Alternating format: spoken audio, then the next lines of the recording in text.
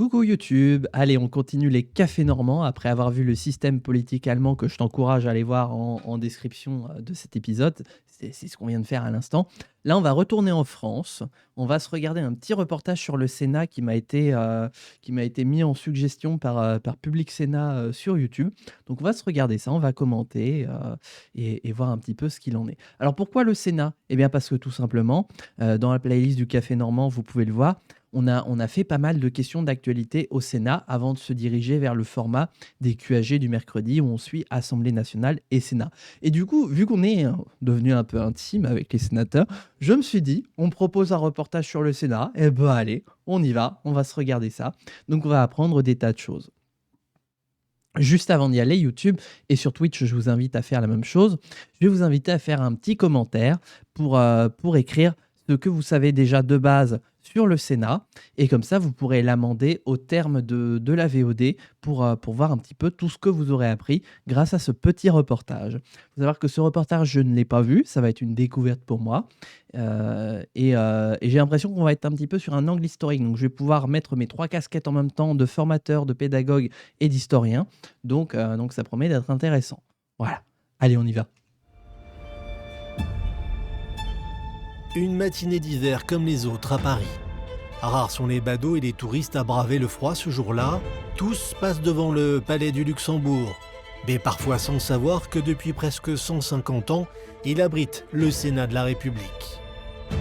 Voilà, il y a 2 palais majeurs en France, le palais Bourbon, là où siège l'Assemblée nationale, et le palais du Luxembourg, là où siège le Sénat, que j'ai pu visiter lors des Journées du patrimoine en 2019. Ça a été vraiment très sympa à visiter. Donc je vais certainement reconnaître des endroits que j'ai visités et vous dire hey, « j'ai été là !» Un siècle et demi d'histoire de France, où la Haute Assemblée a à tour été la chambre du conservatisme, le bastion de la laïcité et la gardienne des libertés publiques, pour devenir aujourd'hui le pôle de stabilité d'une 5e République malmenée.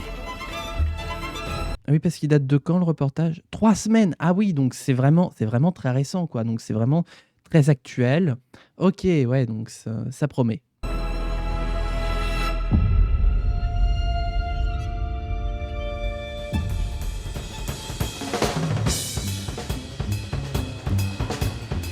Dans moins d'une heure, ce professeur d'histoire entamera son cours sur Gaston Monnerville, Ah l'un des présidents du Sénat les plus emblématiques. Mmh. Une chambre sur laquelle les clichés ont la vie dure. Vous avez entendu parler du Sénat quand vous étiez en première année. Voilà. En première qu'est-ce année? que c'est que le Sénat? Pas des lycéens? C'est des étudiants? L'image est assez sombre et confuse en fait. J'ai l'impression qu'il a un rôle secondaire. Quand j'imaginais le Sénat, j'imagine vraiment des vieux monsieur. Pas vraiment. Je Ah pense oui. que c'est pour ça aussi qu'on a cette image plutôt conservatrice. D'accord. Devinez sur Twitch et sur YouTube la moyenne d'âge du Sénat. Là, sur la législature 2021, 2000, non, 2000. Je sais plus, c'était quand les dernières sénatoriales? 2024? Je crois que c'est ça. Depuis 2024. Essayez de deviner la moyenne d'âge du Sénat. Vous n'en reviendrez pas. Est-ce La que réponse certains à la ont fin. déjà visité le palais du Luxembourg, le siège du Sénat? Moi, j'ai visité, pardon. Aucun de vous, en historien, on sait combien il est compliqué de faire changer les mentalités. Comme citoyen, je trouve ça profondément injuste, évidemment, parce que comme historien du Sénat, en plus, de la vie parlementaire, je sais le bénéfice que la République a tiré dans l'histoire de l'existence du Sénat. Oui, forcément, il est un peu biaisé vu qu'il est historien spécialiste du Sénat, mais n'empêche que pour n'importe qui s'intéresse aux faits parlementaires en France et à l'histoire républicaine, oui, le Sénat a eu un rôle important dans l'histoire. Mais voilà, j'imagine que c'est ce que va nous dire le reportage. Donc pour l'instant, je reste sur la réserve. J'ai énormément de choses à dire. Pour l'instant, je ronge mon frein. Et l'histoire commence il y a 150 ans. 1870, face à la Prusse, les armées de Napoléon III sont défaites à Sedan. Le Second Empire s'effondre et la France se cherche un nouveau régime. La bibliothèque du Sénat, qui est vraiment très belle, avec une quantité d'ouvrages, des conditions de conservation excellentes. Oh, l'archiviste que j'étais à l'époque était en pamoison devant cette salle de consultation et en même temps de conservation. À la chute du Second Empire, l'enjeu, c'est effectivement de savoir quel régime va remplacer l'Empire qui est là depuis très longtemps, presque 20 ans, Est-ce que c'est une restauration ou est-ce que c'est une nouvelle république?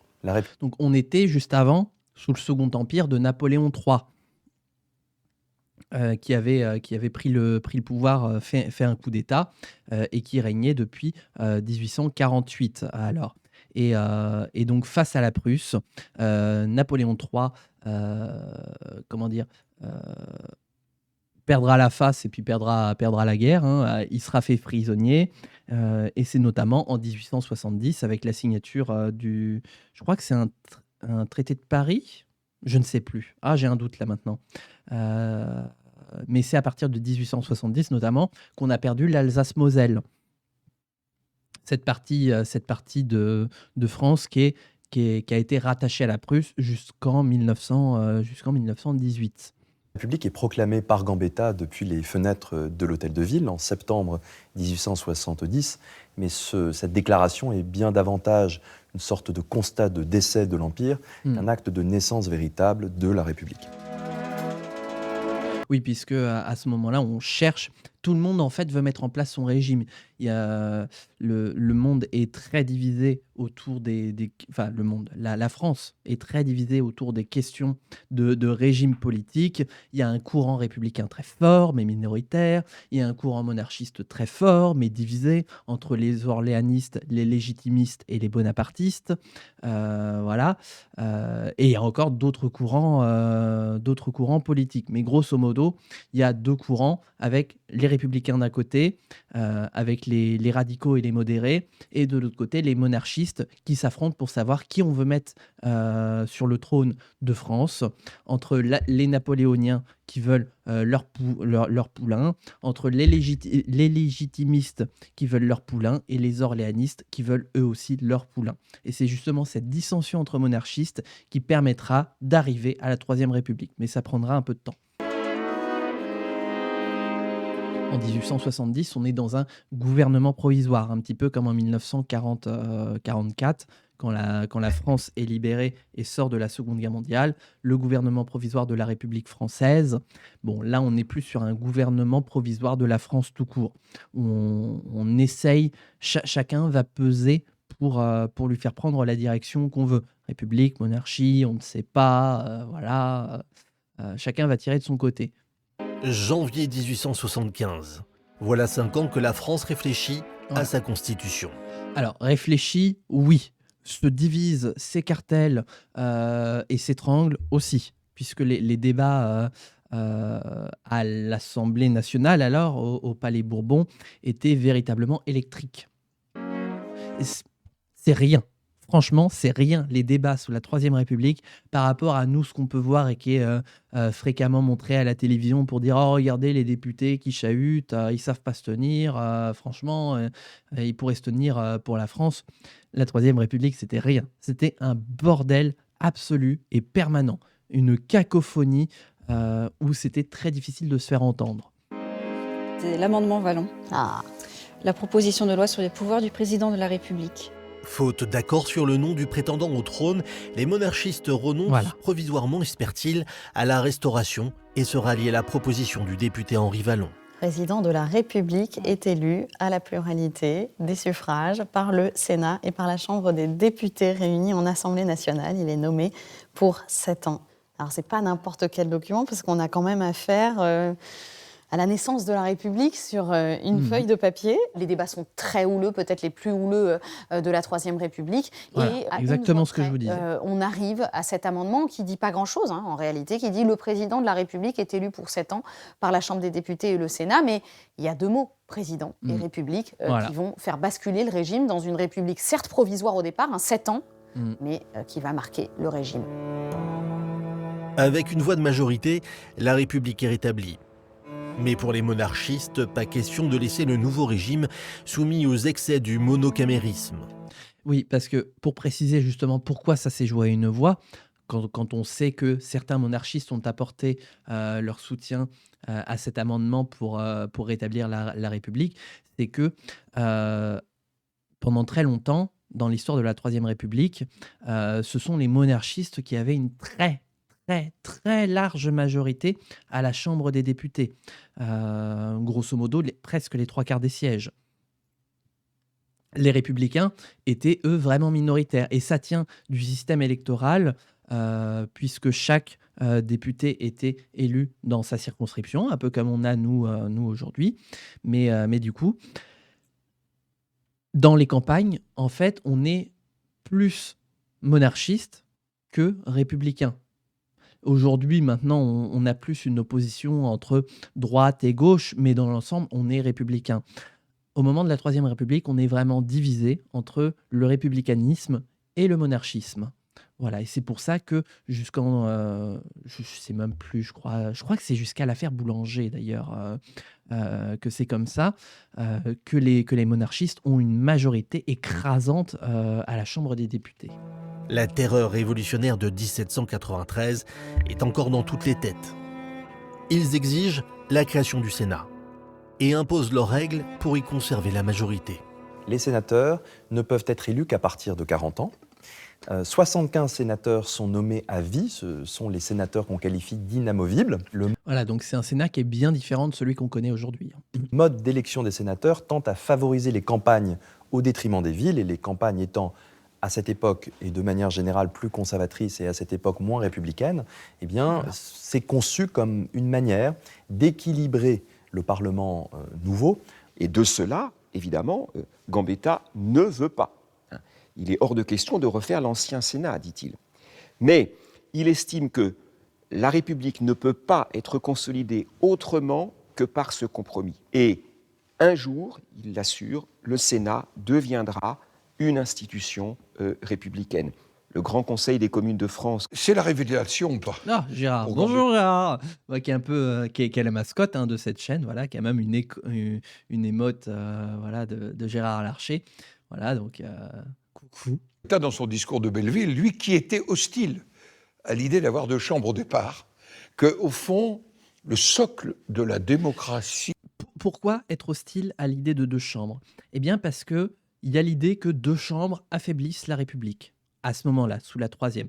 Je vais schématiser parce que les discours politiques, les opinions politiques sont évidemment bien plus profondes que ça.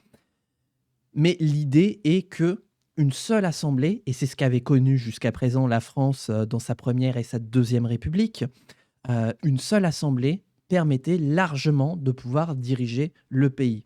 Donc c'était inconcevable de penser à deux chambres, puisque avoir une deuxième chambre, c'était affaiblir la Chambre des représentants du peuple, avec d'autres modalités d'élection, surtout, là avec le Sénat, et donc possiblement affaiblir la République pour préparer le retour à la monarchie. Et ça, les républicains n'en voulaient pas. Ils ne voulaient qu'une seule assemblée dans laquelle ils puissent avoir le contrôle et donc garantir la stabilité de la République. C'est l'esprit communal et les 36 000 communes. À l'époque, il y en avait 36 000. Si peu à peu, la mémoire du député républicain s'efface, et si le souvenir de Léon Gambetta est encore vif. Né en 1838 à Cahors, sa statue domine la place principale et les plus anciens vous indiquent facilement l'adresse du bazar génois que tenaient ses parents. Dans le musée de la ville, consacré au peintre impressionniste Henri Martin, l'ancien maire, aujourd'hui sénateur, a souhaité qu'une salle soit consacrée au père de la Troisième République. Lorsqu'il décède, c'est un événement national. Je crois qu'il y a plus de 60 000 personnes qui assistent aux obsèques de Gambetta. C'est un choc dans ce pays. Une figure de la République, objet d'un véritable culte laïque à l'époque. Bah oui, le premier président du Conseil de la Troisième République, oui, parce que c'est le nom du président alors, puisqu'il n'est pas président de la République, il est simplement président du Conseil de la Chambre des députés, élu par la Chambre des députés et le Sénat réuni en Assemblée nationale. C'est pas tout à fait la même chose, mais c'est quand même le rôle qu'on va connaître de celui du président de la République, qui est à la fois ce qu'on connaît et en même temps avec des particularités, qui est que dans la Troisième République, le président du Conseil est tributaire de ce qu'il se passe dans la Chambre des députés. il y est présent, puisqu'il en fait partie, et il y siège, là où le président de la République, depuis justement la Seconde Guerre mondiale, a interdiction formelle de pénétrer les deux chambres que sont l'Assemblée nationale et le Sénat, justement, pour vraiment matérialiser la séparation des pouvoirs. Sous la Troisième République, c'est l'inverse. Le président de la République fait partie de la Chambre des députés. Il y a vraiment un mélange des pouvoirs, même s'il y a une séparation, un début de séparation des pouvoirs, il est quand même issu de la Chambre, issu d'une majorité qu'il a élue, et donc rend des comptes à cette Chambre. Comme l'attestent les pièces conservées dans les réserves. On a des objets assez exceptionnels comme des restes humains. C'est-à-dire que Gambetta, très jeune, a perdu un œil qui nous a été transmis ensuite par le biais de la famille. Ces objets sont conservés comme des objets finalement qui ont une forme de sainteté quelque part. Oh, c'est dégueulasse. Derrière, ce qui est important, c'est surtout les valeurs qu'il a portées. Comme l'espérait Léon Gambetta, on peut porter les valeurs, mais bon pied, bon oeil, doucement. Le Sénat va rapidement basculer du côté de la République et s'imposer comme la chambre des territoires. Il avait conscience que ce serait le grand conseil des communes. Les communes qui sont les entrailles de la démocratie, c'est lui-même qui l'avait dit. Donc il avait cette conscience-là que la démocratie locale pouvait permettre de diffuser la République et de favoriser une certaine forme de pragmatisme.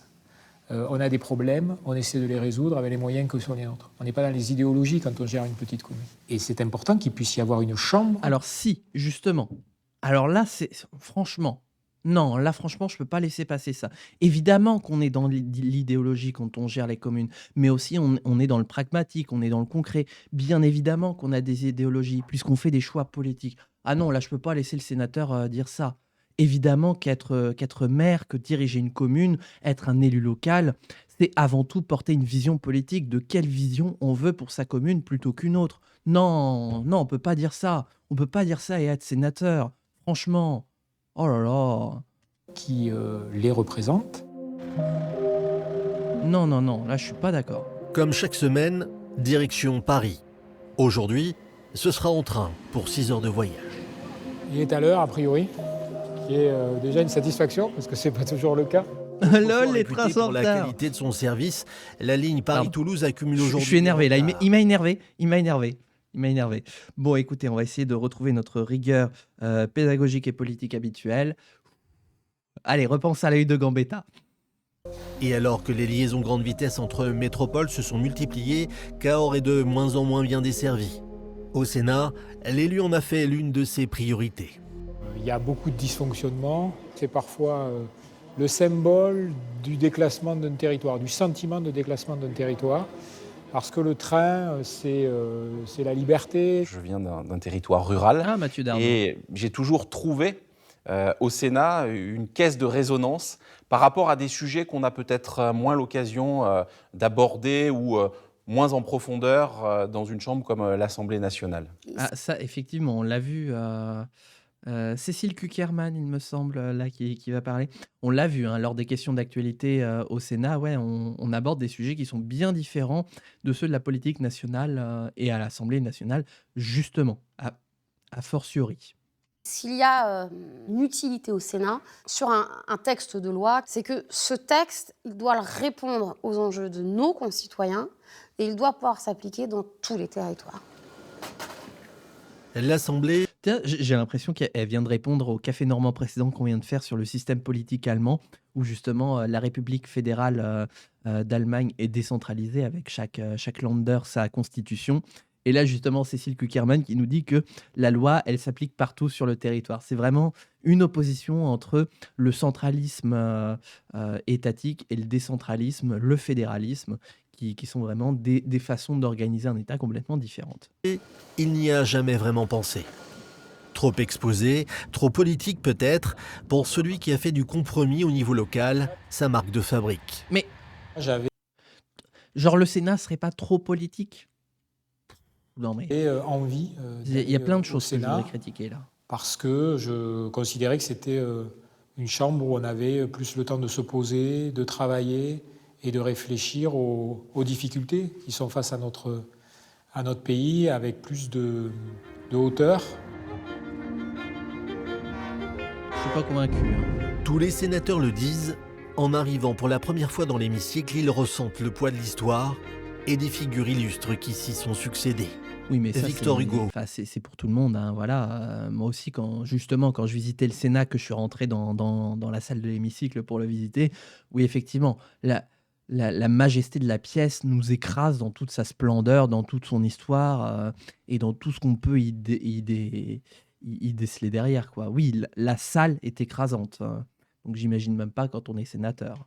Jules Ferry, Georges Clemenceau, Victor Schoelcher. Avec l'instauration de la Troisième République en 1870, le Sénat vit un âge d'or. Alors, ça, c'est la loi relative à l'organisation du Sénat. D'accord. On a affaire à un Sénat qui est rétabli dans un bicamérisme complètement égalitaire. Ça veut dire qu'il a exactement les mêmes pouvoirs que l'Assemblée nationale, la Chambre des députés, et ça, c'est complètement historique. C'est la période dans l'histoire républicaine française où la Chambre haute a eu les pouvoirs les plus importants, et c'est la période où les sénateurs avaient la possibilité de faire tomber des ministères, des cabinets ministériels, ce qui évidemment leur donnait une importance politique considérable. C'est lui... Ah oui, parce que du coup, comme le président du Conseil est élu par les députés et les sénateurs, eh bien du coup, les députés comme les sénateurs peuvent faire tomber les ministères, les ministères, les gouvernements, les présidences. Qui porte les débats les plus intéressants sur la loi de 1905 de séparation des églises et de l'État. Ah bah oui. Les sénateurs ayant un droit équivalent d'amendement et de changement de la loi que les députés, eh bien, ils vont être complètement les chevilles ouvrières de la République qui prend vie. Loi sur la liberté de la presse en 1881. Loi sur la liberté syndicale, loi de 1901 sur la liberté d'association.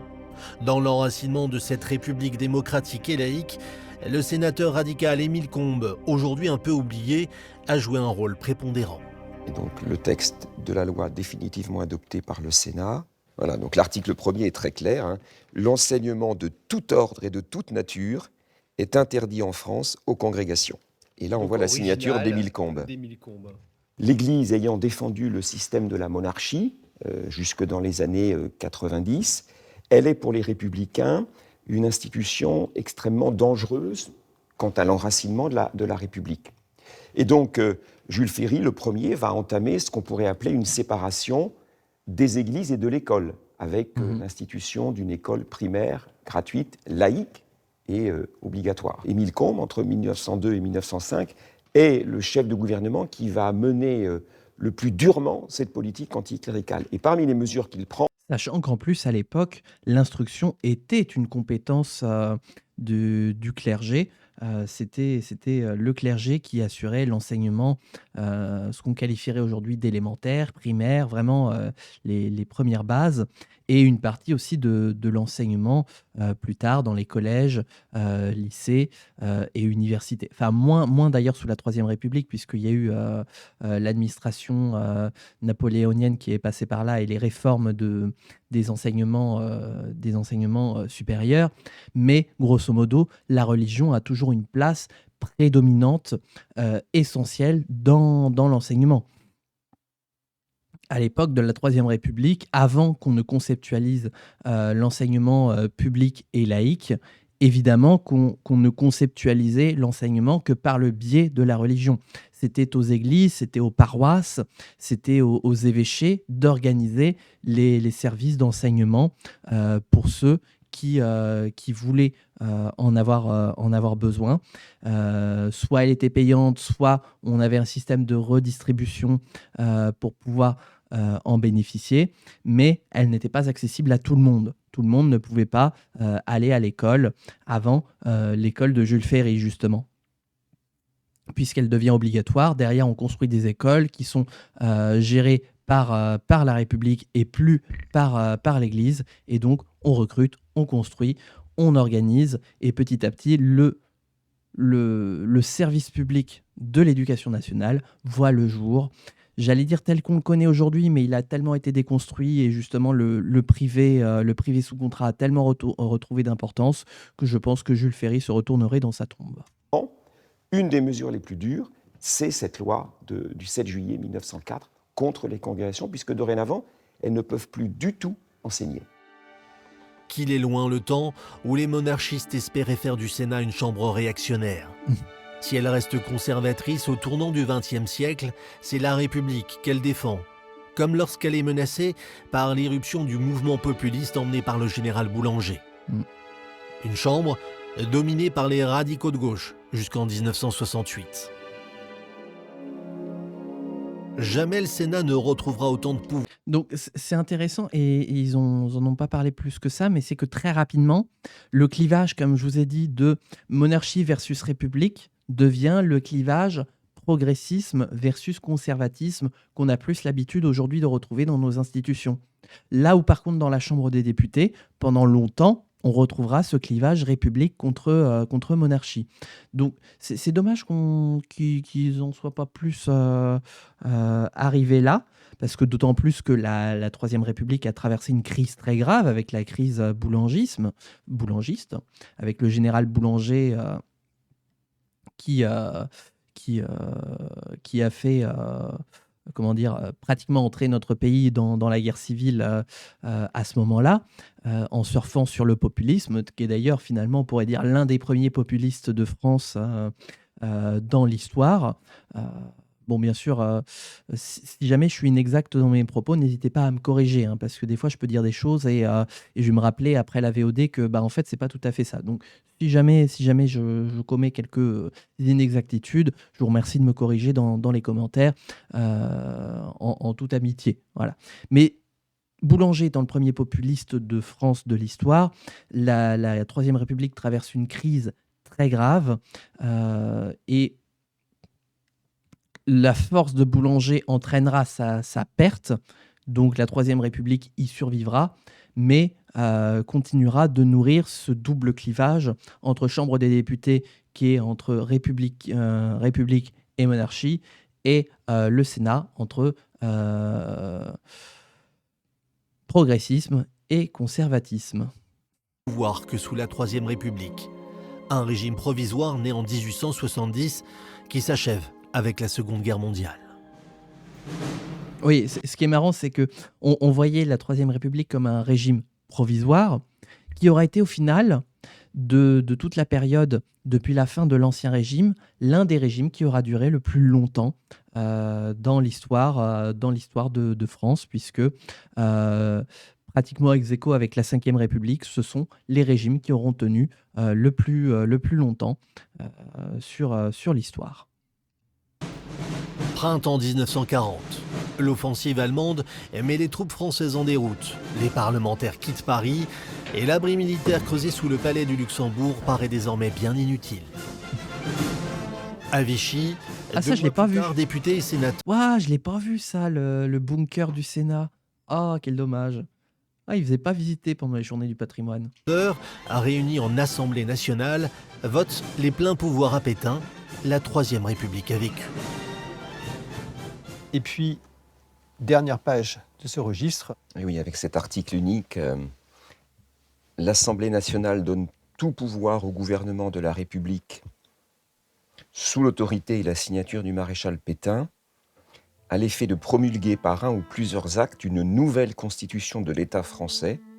Cette constitution devra garantir les droits du travail, de la famille et de la patrie. Voilà, donc qui est la devise du régime vichiste, zut, j'ai perdu le mot. La devise, voilà, du maréchal Pétain lorsqu'il prend le pouvoir de l'État français. La Troisième République est donc morte à ce moment-là. Les institutions disparaissent, Chambre des députés comme Sénat n'ont plus lieu d'être. Sur les 302 sénateurs réunis ce funeste 10 juillet 1940, aux côtés des députés, seuls 23 votent contre les pleins pouvoirs au maréchal. À partir de là, le Parlement n'a plus son mot à dire, n'est plus réuni, et toute l'autorité est concentrée en un seul homme. Pétain détient et le pouvoir exécutif, et le pouvoir législatif, et le pouvoir judiciaire. Donc c'est une rupture profonde avec les principes républicains. C'est une tache noire pour l'histoire du Sénat, c'est surtout une tache noire sur ceux qui ont voté ces pleins pouvoirs, et d'ailleurs qui vont être déclarés inéligibles par la France libre et par le gouvernement provisoire de la République française à la Libération, sauf si ensuite ils sont relevés de leur inéligibilité parce qu'ils auraient participé à des actions de résistance ou manifesté leur opposition à Vichy et à l'occupation allemande. Voilà, comme quoi à l'époque, on rendait vraiment des comptes et pour pouvoir être de nouveau en odeur de sainteté, fallait le prouver par des actes et pas seulement par des paroles. Après 4 années de guerre, le palais du Luxembourg est saccagé. Pendant cette période, la Haute Assemblée Ça, n'a c'est pas les jardins. siégé. Oh putain, c'est les jardins. Waouh, parce que pareil, j'ai visité les jardins. Ah, effectivement, on revient de loin. Waouh.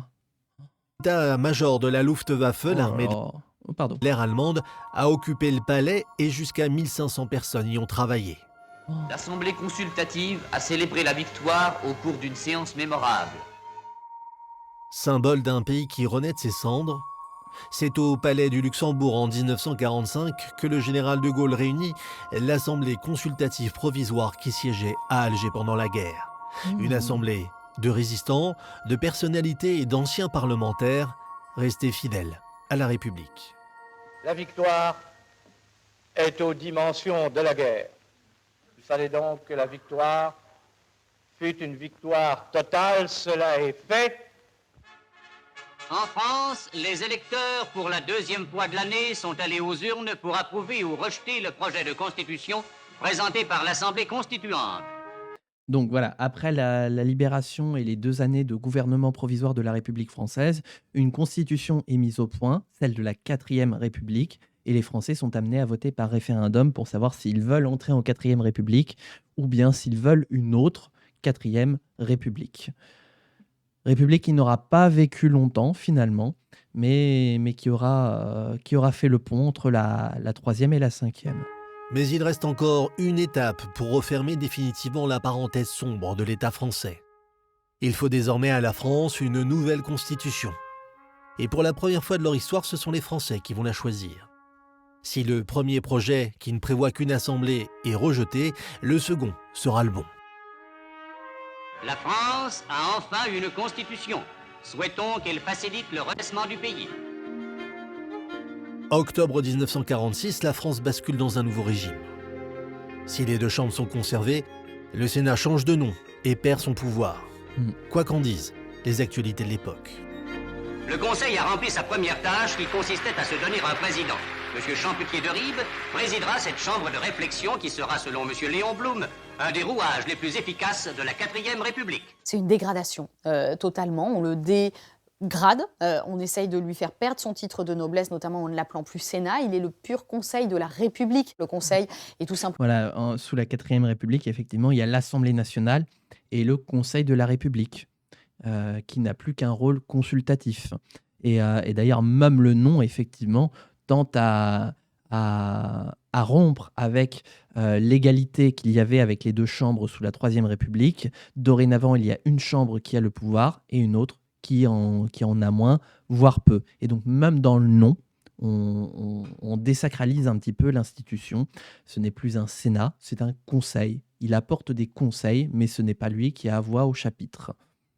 Simplement une chambre saisie par l'Assemblée nationale pour la seconder, mais ça n'est même plus une chambre parlementaire au fond, puisqu'il ne parlemente plus. C'était aussi la continuité de ce qu'on peut véritablement appeler une sénatophobie qui s'était développée dans les années 30 contre le Sénat, qu'on accusait de ralentir les réformes, de trop les modérer. Je pense en particulier le Front populaire.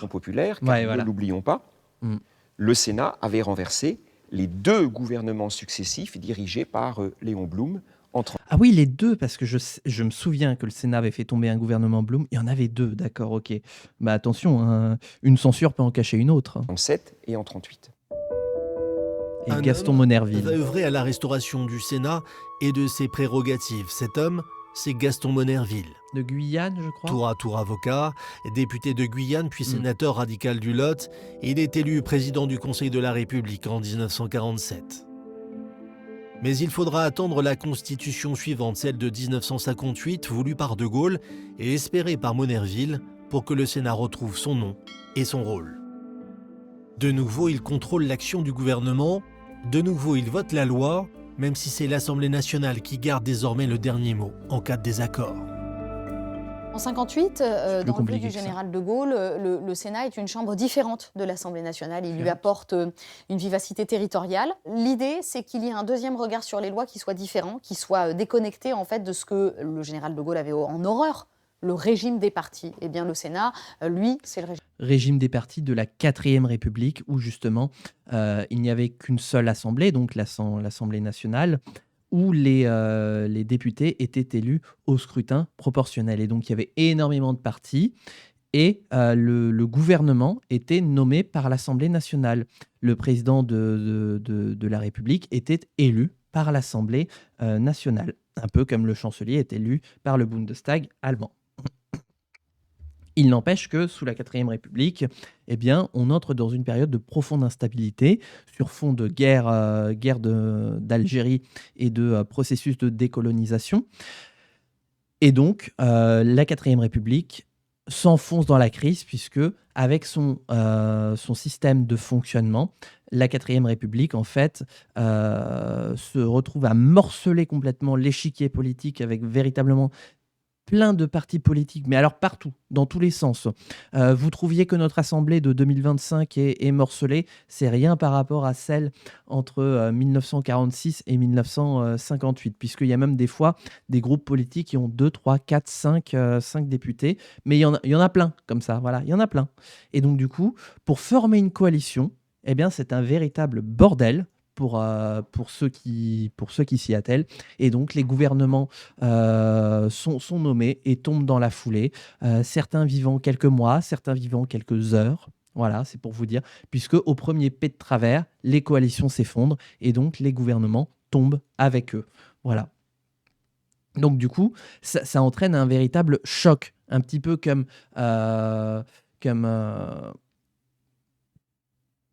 je ne vais pas le retrouver, tant pis, je passe à la suite. Mais ça entraîne un véritable choc qui fait que le général de Gaulle, quand il demande à rédiger la constitution de la 5e République, il veut véritablement en finir avec ça. Et c'est pourquoi aujourd'hui, on a une constitution avec un pouvoir présidentiel extrêmement fort et une assemblée nationale, normalement, organisée autour d'un fait majoritaire. Donc avec une majorité autour du parti présidentiel dans la plupart des cas. Des territoires. L'entente entre les deux hommes va être de courte durée. Quand en 1962, le général décide de changer la Constitution pour faire élire le président de la République directement par les Français, il choisit de passer outre l'avis des assemblées. Voilà, puisque en 1958, lors de la mise en place de la 5e République, ça c'était un élément sur lequel les assemblées avaient posé une sorte de veto, on pourrait dire, c'était que les assemblées continuent d'élire le président de la République. À cette époque-là, on n'élisait pas encore le président de la République. On élisait nos députés et les sénateurs via les grands électeurs, mais on ne votait pas pour le président de la République. Ce n'est qu'à partir de 1962 que le président de la République sera élu avec les mêmes modalités que pour les élections législatives. Un recours au référendum contesté par Gaston Monnerville dans un discours resté célèbre et affiché dans toutes les mairies de France. Alors, laissez-moi retrouver les passages que je connais. Oui, c'est vrai qu'en plus, aujourd'hui, aujourd'hui, même à l'époque, on critique le fait que le général de Gaulle soit passé par référendum pour mettre en place l'élection du président de la République au scrutin, au scrutin universel direct. Au suffrage universel direct, voilà. Puisque la Constitution de la 5e République n'autorise pas ces questions-là normalement à poser. Enfin, c'est très technique. J'avais entendu une conférence en parler de ça il y a quelques années. Mais du coup, normalement, c'était inconstitutionnel de changer la Constitution en passant par un référendum. Voilà.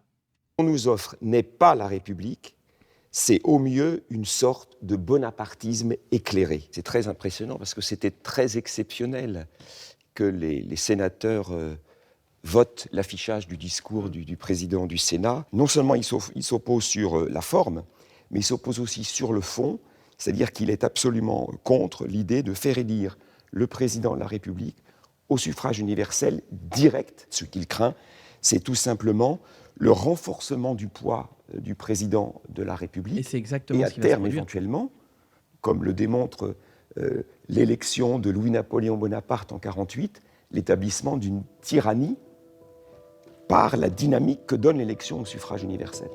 Alors, on n'en est pas encore là aujourd'hui, si on veut voir le verre à moitié plein, mais quand même se dire qu'il y a une sorte de sacralisation de l'élection présidentielle plus que des autres élections, justement à cause de ça, puisque du coup, on en éclipse complètement les autres élections, d'autant plus avec l'alignement du calendrier électoral avec les législatives et les présidentielles qui tombent globalement en même temps. Et d'ailleurs, on élit d'abord le président de la République et ensuite l'Assemblée nationale. Alors que normalement, c'est l'Assemblée nationale qui détermine la couleur politique de la politique qui peut être menée, puisque le Premier ministre est issu des rangs de la majorité de l'Assemblée nationale, normalement. Et donc, normalement, on devrait d'abord élire nos députés et ensuite le président de la République, dans cet ordre-là. Mais du coup, il y a eu une véritable personnification de la fonction présidentielle derrière, qui fait qu'on sacralise le rôle du président et qu'on en oublie complètement le rôle des assemblées. En atteste justement toute la communication qui est faite en période de campagne électorale depuis 2002 et l'alignement des mandats présidentiels et législatifs, puisque les discours de campagne tournent uniquement sur la fonction du président de la République. Or, si le président de la République est élu, mais que quelques mois après, l'Assemblée qui est élu n'est pas de la couleur politique du président, il a beau avoir fait le meilleur discours de campagne, être élu président de la République, son programme, il peut se le mettre là où je pense. Voilà. Et c'est globalement ce qui s'est passé d'ailleurs en 2022, lorsque Emmanuel Macron réélu, certes, mais avec une majorité relative seulement. Voilà. Si Gaston Monnerville a raison du point de vue du droit, le président du Sénat est en décalage avec les aspirations de la société nouvelle. Les rapports avec l'exécutif sont glaciaux et les ministres ne viennent plus au Sénat. L'histoire ne dit pas si c'est l'une des raisons pour lesquelles, 7 ans plus tard, Charles de Gaulle souhaite faire du Sénat une simple chambre consultative. En 1969, en même temps que la régionalisation, il propose aux Français... C'est vrai, oui, voilà. Un référendum sur une réforme des collectivités territoriales qui crée les régions qu'on a connues jusqu'en 2016-2015, qui ont changé avec la loi NOTRe. Mais du coup, c'est le général de Gaulle, via référendum, qui crée les régions. Un échelon supplémentaire de collectivités territoriales avec des compétences propres qui n'existaient pas jusqu'alors. Les régions sont créées en 1969. Et au passage, en fait, il propose dans son projet de réforme constitutionnelle c'est dans un autre référendum, mais voilà, l'idée que le Sénat ne serait plus qu'une chambre consultative, un petit peu comme justement sous la 4e République. Dans un ultime référendum, une suppression du Sénat qui ne dit pas son nom. Il est toujours difficile d'interpréter les résultats d'un référendum. Et de manière traditionnelle, on constate que lorsque les électeurs sont interrogés sur une question, ils ont bien souvent tendance à répondre non pas à la question qui leur est posée, mais à une sorte de question implicite derrière. Aimez-vous ou non la personne qui a posé la question, c'est-à-dire le président de la République? En 1969, on peut considérer que la raison pour laquelle les électeurs ont voté contre le projet défendu par le général de Gaulle tenait davantage à la volonté de voir le général de Gaulle partir qu'à un avis très tranché sur l'opportunité de donner un certain nombre de pouvoirs nouveaux aux collectivités territoriales ou de voir le Sénat évoluer. Oui et non, parce que les Français votent pour les régions. La régionalisation est mise en place en 1969. Donc ils ont voté oui pour la régionalisation, mais ils ont voté non pour la réforme constitutionnelle du Sénat. Donc peut-être qu'effectivement il y avait trop de référendums et qu'à un moment la population a dit non mais c'est bon, on en a marre, voilà c'est bon, finito. Donc là-dessus je suis d'accord, c'est compliqué d'analyser ce que pensait la population à un instant T. En revanche, est-ce que c'est une opposition de base à la figure du général de Gaulle? J'en suis moins sûr. J'en suis moins sûr puisque la régionalisation a été mise en place. Voilà. Ironie de l'histoire, c'est Alain Poher, le président du Sénat, qui remplace le général lorsqu'il démissionne en 1969 après l'échec de son projet de réforme. Pourquoi tout ça? En 1969, donc, dernier référendum du général de Gaulle, il est désavoué, le non l'emporte, et donc le général estime que, quitte à être désavoué, c'est sa fonction entière qui est désavouée, il quitte la présidence de la République, il démissionne. Quand un président de la République démissionne, on n'est plus en mesure d'accomplir son office, si je puis dire. La Constitution prévoit non pas que le Premier ministre le remplace, mais que ce soit le président du Sénat qui devienne président par intérim de la République, le temps pour lui d'organiser les élections. Président par intérim ne veut pas dire président tout court avec tous les pouvoirs comme s'il avait été élu. Non, c'est simplement qu'il reste le temps de signer les papiers pour dire on convoque les élections, ce sera à telle date, il y aura telle liste électorale et donc il y aura tel candidat, charge aux préfectures d'organiser tout le bazar, il fait que signer. Il ne peut rien faire d'autre. Et justement, Alain Poher, qui sera le successeur de Gaston Monnerville, aura l'occasion d'exercer l'intérim par 2 fois, à la démission du général de Gaulle en 1969 et à la mort de Pompidou, mais alors, attendez, je m'en souviens plus. Bref, ils le diront peut-être. Donc, ce sera les 2 fois, et les 2 seules fois de l'histoire de la Ve République, qu'un intérim via la présidence du Sénat aura été exécuté. Et à chaque fois, c'était Alain Poher. Donc, il aura été le seul président intérimaire de la Ve République, mais par 2 occasions. De la Haute Assemblée. C'est le rôle du président du Sénat, éventuellement, d'assumer cette je l'ai dit avant toi, Gérard. À titre temporaire, ça peut se faire dans une période de crise ou dans une période de décision politique ou de malheur. Et puis, une assemblée de la continuité et de la stabilité, nous voyons ça aujourd'hui. Face à une Assemblée nationale qui n'a pas de majorité, il y a ici une Assemblée qui est plus stable institutionnellement, qui a un temps, j'allais dire... Alors, plus stable, oui, mais alors peut-être justement trop stable en fait, parce que si l'on regarde l'histoire du Sénat, sur l'entièreté de la Ve République, en fait, le Sénat aura toujours été de droite, sauf à 3 reprises. Alain Poher, qui était justement de gauche, aura eu 2 présidences par intérim, tout en étant président du Sénat. Et la dernière occasion de la gauche d'avoir été majoritaire au Sénat, c'était entre 2011 et 2014. Mais grosso modo, sur toutes les années de la Ve République, la gauche n'aura eu que 9 ans de majorité du Sénat.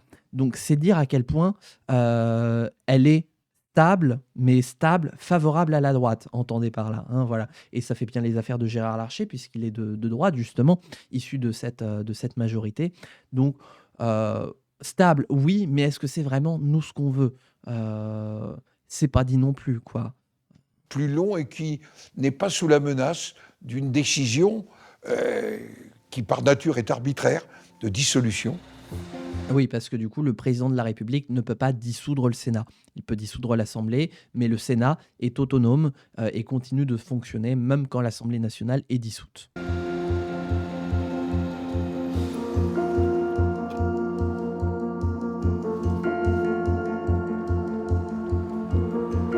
Comment elle s'appelle, la madame ? Je l'ai déjà Dans entendu ce bureau, ce qui est très sympa quand même, c'est la vue. Faut en profiter avec...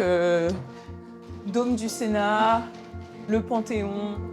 Voilà 7 ans maintenant que Christine Lavarde est sénatrice. Ah oui, Lavarde, oui. Et elle se souvient précisément de son sentiment le premier jour. C'est vrai que quand j'ai été élue, tout le monde m'a dit « Ah mais là, vraiment, le train de sénateur avec toi, ça va pas coller, mais tu vas faire baisser la moyenne d'âge de combien d'années par ton élection ?» Justement, tiens, allez, je vais pouvoir vous drop l'info. C'est le moment d'écouter. Donc, la moyenne d'âge du Sénat depuis 2024 est de 62 ans et 9 mois. Voilà. Faites ce que vous voulez de cette information. Est-ce que tu t'ennuies pas trop Et en fait, c'est très loin de tous ces clichés. À 40 ans, celle qui fut la Benjamine du Sénat à son élection s'est rapidement imposée comme une experte des comptes de la nation. Elle est désormais vice-présidente de la très prestigieuse et masculine Commission des finances. Je m'occupe des finances dans ma commune depuis 2012. Et c'est une grande ville. Bien souvent, quand j'allais dans les assemblées générales, j'étais la seule femme. Et donc au départ, on pensait même que je n'étais pas l'adjointe en charge du dossier, mais que j'étais la chef de service, voire sinon la secrétaire que j'accompagnais le maire. Si on est encore loin de la stricte parité, La Haute Assemblée s'en rapproche et compte désormais plus de 36% de femmes contre seulement 6 à l'aube des années 2000. Une assemblée qui se féminise et se rajeunit au fil des renouvellements. Je pense qu'il ne faut pas non plus dans notre pays, par principe, tomber dans un jeunisme permanent. Bien évidemment, nous avons besoin du souffle d'une jeunesse, mais nous avons aussi besoin de l'expérience de personnes plus anciennes. On peut avoir un Sénat avec une moyenne d'âge plus âgée, plus progressiste, une moyenne d'âge plus faible, moins progressiste. Quand vous êtes sénateur, vous représentez les grands électeurs, vous représentez les élus, vous représentez les collectivités. Et il peut être intéressant d'avoir, avant d'être sénateur, été élu maire, conseiller municipal, conseiller départemental. C'est d'ailleurs ce qu'il faut faire pour gagner ses galons, pour pouvoir se présenter à une élection sénatoriale et être jugé crédible par les grands électeurs, puisque ce sont justement les maires et les présidents de départements et de régions qui votent pour vous. C'est plus facile d'être élu quand vous êtes déjà représentant d'une collectivité territoriale ou que vous l'avez été, plutôt qu'en étant quelqu'un de nouveau, qui n'a pas exercé de fonction. Du moins, à l'inverse, on joue beaucoup sur cette carte-là aussi. Il ne faut pas non plus tomber dans l'excès inverse de se dire « Ah j'ai été maire, donc forcément, je saurais vous écouter, je saurais diriger, je saurais faire porter votre voix. » Et il ne faut pas non plus que les élus tombent dans cette caricature-là, de se dire « Je vais voter forcément pour celui qui a été élu territorial parce qu'il sait ce que c'est que gérer des dossiers. » Il ne faut pas non plus tomber dans l'excès inverse, quoi. Abaissement de l'âge d'éligibilité à 24 ans, mandat ramené à 6 ans. Oh, je pourrais être élu sénateur. Dis donc. Votez pour moi. Dis donc, 24 ans. Mais alors pourquoi pas 18 ? 9, renouvellement par d'éligibilité à 24 ans, mandat ramené à 6 ans au lieu de 9, renouvellement par moitié, changement des règles d'élection. Oui, le Sénat fonctionne vraiment différemment d'une Assemblée nationale. L'Assemblée nationale, quand elle est appelée aux élections, c'est l'ensemble de l'Assemblée qui est renouvelée d'un bloc.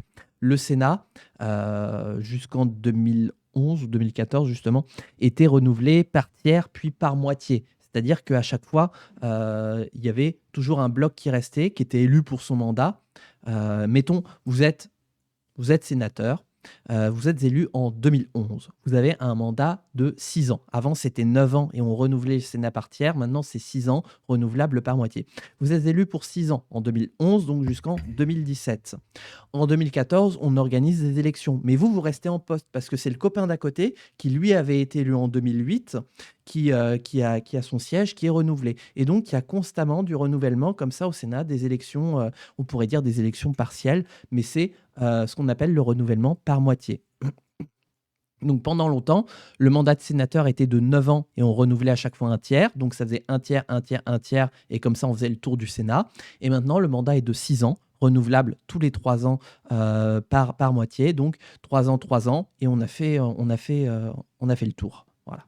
Puis 2003, la Haute Assemblée s'auto-réforme.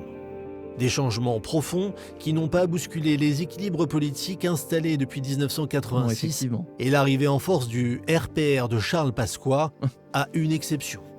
Le Sénat a eu une alternance en 2011 avec Jean-Pierre Bel, un souvenir un peu ému de cette... Alors il y a eu un Alain Pouer, mais il y a eu du coup Jean-Pierre Bel en 2011, de 2011 à 2014. Et du coup, comme le Sénat est renouvelé justement par tiers/moitié, l'élection du président du Sénat a lieu tous les 3 ans. Quand bien même vous êtes élu, mettons en 2011, comme Jean-Pierre Bel, vous êtes élu pour 6 ans, jusqu'en 2017. Votre mandat de président du Sénat s'arrêtera en 2014 avec le renouvellement le renouvellement de la moitié du Sénat. On élira un nouveau président du Sénat, mais vous restez toujours sénateur, vous restez en poste.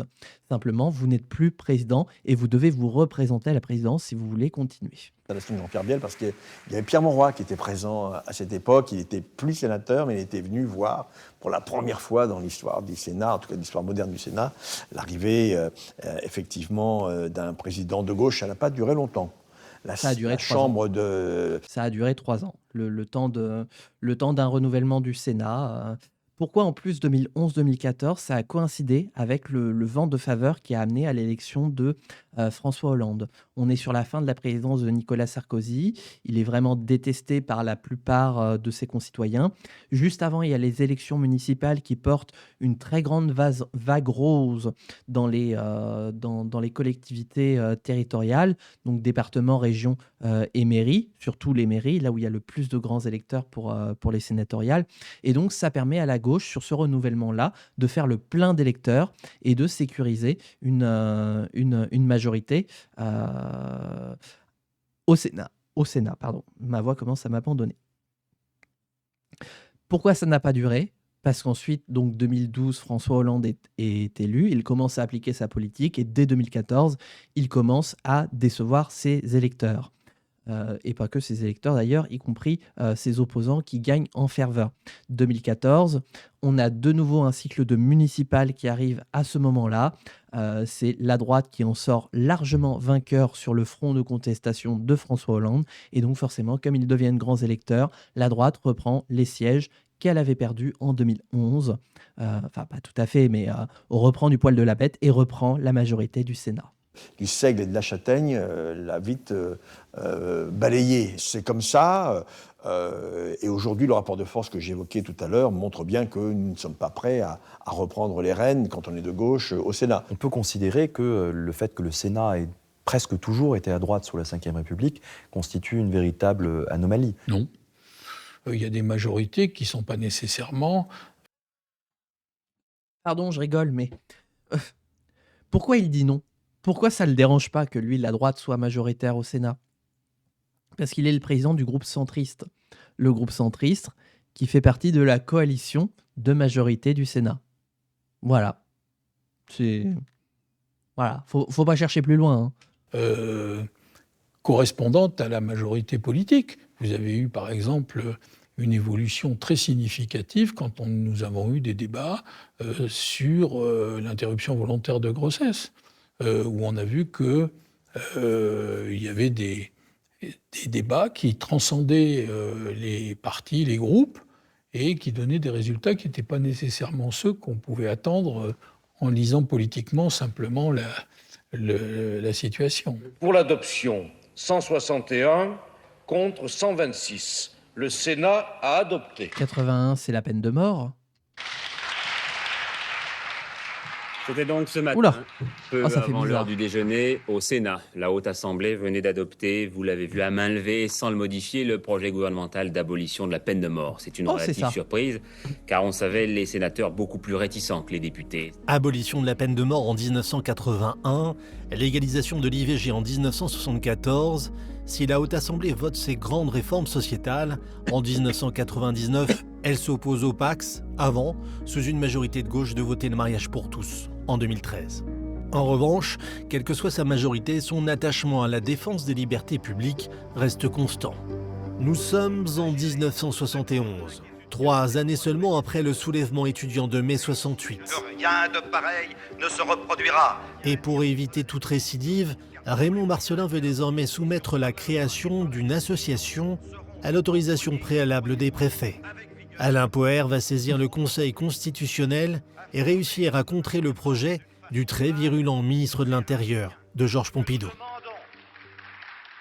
La police nationale et moi-même parlant en son nom, c'est que ceux qui nous demandent de maintenir l'ordre ne nous en discutent pas les moyens. Cette loi, elle est très décriée en réalité, la loi sur la liberté d'association, parce qu'elle vient la restreindre, la réglementer. La liberté d'association, c'est la liberté de contestation aussi, d'accord ? Et donc le président du Sénat a le sentiment que quelque chose se passe qui peut diminuer en fait un édifice qui est celui de la liberté d'association, qui n'a pas été touché depuis 1901. Le président du Sénat, ici, joue le rôle, il ne faut pas l'oublier, de seul représentant de l'opposition.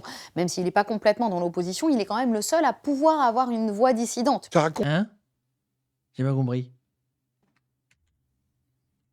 Mais le président du Sénat, il est élu par la majorité du Sénat, donc il ne représente pas l'opposition. Le Sénat, ici, joue liberté d'association, qui n'a pas été touchée depuis 1901. Le président du Sénat, ici, joue le rôle, il ne faut pas l'oublier, de seul représentant de l'opposition, même s'il est... Ah oui, non, d'accord, dans l'idée de l'opposition par rapport au gouvernement. Oui, non, pas par rapport aux équilibres politiques du Sénat. Ok. Pas complètement dans l'opposition, il est quand même le seul à pouvoir avoir une voix dissidente. Oui, ça raconte que les libertés, c'est quelque chose d'essentiel ici. Voilà pourquoi j'ai été amené moi-même, au moment de la pandémie de Covid, à saisir vous par vous 2 souvenez fois du le Conseil Covid, hein, constitutionnel, que pour vérifier que les restrictions aux libertés, au motif de la protection sanitaire, que la création de fichiers sous niveau du suivi des contaminations n'était pas contraire aux libertés fondamentales. Je m'en souviens pas de ça. Pas des saisines de Gérard Larcher. Hein. Pour tout le reste, si, je m'en souviens. Hein. J'ai fait un épisode dépressif pendant un déconfinement. Quel bon souvenir que le confinement. Hein. Je suis sûr que vous aussi, vous en partagez des bons souvenirs. Je suis certain, premier degré, qu'il y en a qui ont vécu des bons moments au confinement. C'était pas trop mon cas. Le verrou sénatorial. On ne peut pas jouer avec la Constitution.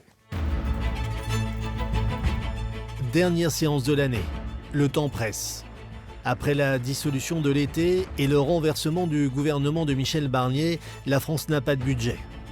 Ce jour-là, les sénateurs examinent un texte permettant à l'État de continuer à percevoir l'impôt et à engager les dépenses. Ah, le projet de loi spéciale, d'accord. Donc on est vraiment en décembre 2024 quand ce reportage a été fait. Un texte voté au Sénat à l'unanimité et sans abstention. Ah oui. Ici, on essaie quand même toujours de travailler, alors je ne vais pas dire dans le consensus total, mais en tout cas, on discute entre nous et on essaie de comprendre.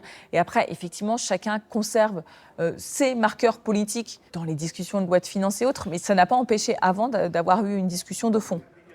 Comme les autres. Oui, ça a lieu aussi à l'Assemblée nationale. J'aime pas ce débat stérile qui consiste à dire oui, nous, on discute de fond au Sénat, l'Assemblée nationale ne sont pas capables de le faire. Non, c'est juste que, justement, il y a beaucoup plus d'idéologie, j'ai envie de dire, il y a des vies qui sont en jeu derrière chaque orientation politique qui sont prises.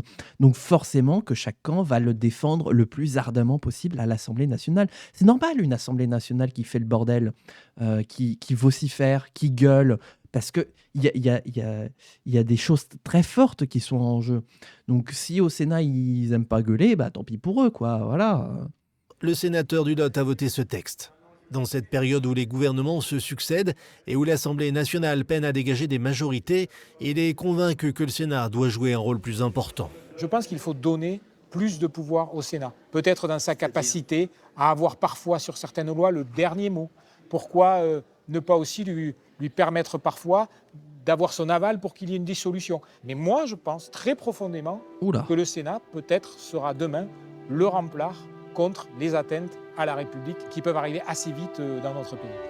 Non, moi je suis partisan d'un autre Sénat sur lequel j'ai été très, on va dire, imprégné pendant l'été, qui est l'idée d'un Sénat citoyen où chacun des élus serait tiré au sort. Comme ça, on aurait une représentativité absolument franche de la population et possibilité d'avancer sur des sujets extrêmement concrets. Voilà, moi c'est l'idée que je défends. Depuis que j'en ai entendu parler, je la soutiens.